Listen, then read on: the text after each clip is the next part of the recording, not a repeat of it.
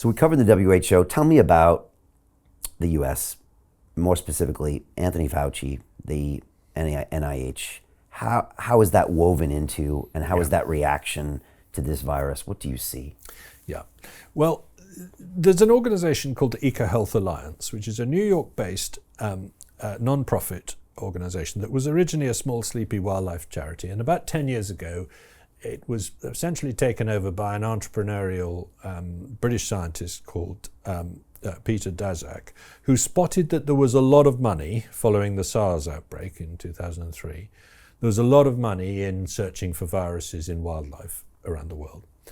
And if he could build a relationship with partners in places like China, he could draw down funds from the US, from the National Institutes of Health, also from the Pentagon, from DARPA and other agencies, and from the USAID, the overseas development funding in the US. He could draw down very large sums, 17 million a year is what he got up to, and distribute them to these labs and develop relationships with them. And what he did with this money was go to the Wuhan Institute of Virology and say, let's go on joint expeditions to Yunnan looking for bats and looking for viruses in bats. But also let's fund some of your experiments back in the lab.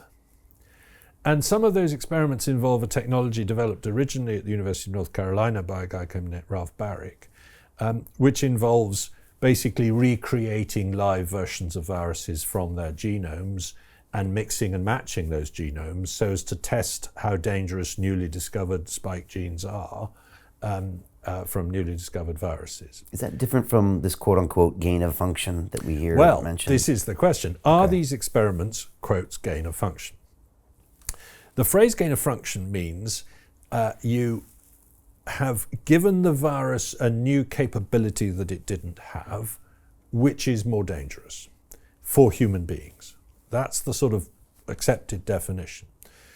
Now, they would argue that these experiments in Wuhan were mostly about making the virus easier to grow in the lab, in animal cells, so they aren't necessarily gain of function.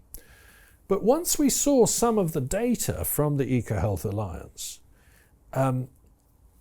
we were rather shocked, because actually they're testing these viruses in human airway epithelial cells. That's basically cultured cells from the lung. And they are finding that as a result of creating these chimeras of swapped genes, they can sometimes increase the infectivity of the virus by 10,000 times. And they can sometimes increase the lethality of the virus to a humanized mouse. That's to say, a mouse with a human ACE2 gene in it. This is gain of function by any practical definition. The virus has gained the function to kill human cells, to infect human cells efficiently and to kill humanized mice, right? Mice that look like humans in terms of their gene. Now, the mouse experiments were being done at biosafety level 3, biosafety level 3, which is pretty good. Your sealed cabinets, reaching in with those contained gloves and things like that. The human airway epithelial cells were being done at biosafety level 2. Now that doesn't even require you to wear gloves and a mask. You probably would, but if a really infectious virus that is now quite good at infecting humans, because it's been in these human cells for a while, were to be in that lab and you walk in there with just gloves and a mask on, the chances are you're going to get a cold. You're going to pick it up. So in terms of, was it responsible for these experiments to have been done in the first place? I think the world can agree no. In terms of, were they being funded by the US? A lot of the funding was coming from the Chinese Academy of Sciences, but some funding was coming through the EcoHealth Alliance from the US. And we have these emails from Tony Fauci in February 2020 saying, God, somebody needs to tell me, are we funding this stuff? This sounds scary, you know. I mean, he's sort of reacting with alarm, and rightly so. And Peter Daszak orchestrates a letter to The Lancet in February 2020 saying, there's no question of this coming from a lab, and my Chinese scientist friends there don't deserve this criticism, don't deserve this suspicion. 28 of us have signed this letter, and he says in his emails, I don't want to be seen as the one who's orchestrating this.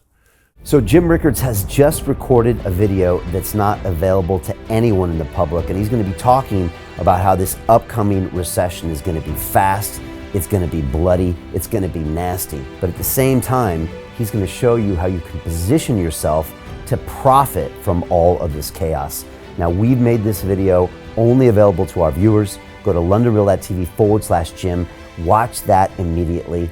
I can't say enough good things about Jim Rickards. He understands the global economic system better than any guest I've ever had on London Real. His predictions are almost uncannily true, and you can learn how to profit from his vision, from his expertise, and his understanding of economics. So go to londonreal.tv/Jim or click the link below. It's an excellent, excellent look on what's going to happen in the future and how you can position yourself to profit from that. Jim is one of the best in the business, one of my favorite guests on London Real, and he's very, very good at predicting the future and showing us all to profit from it. So click the link, and I hope you enjoy.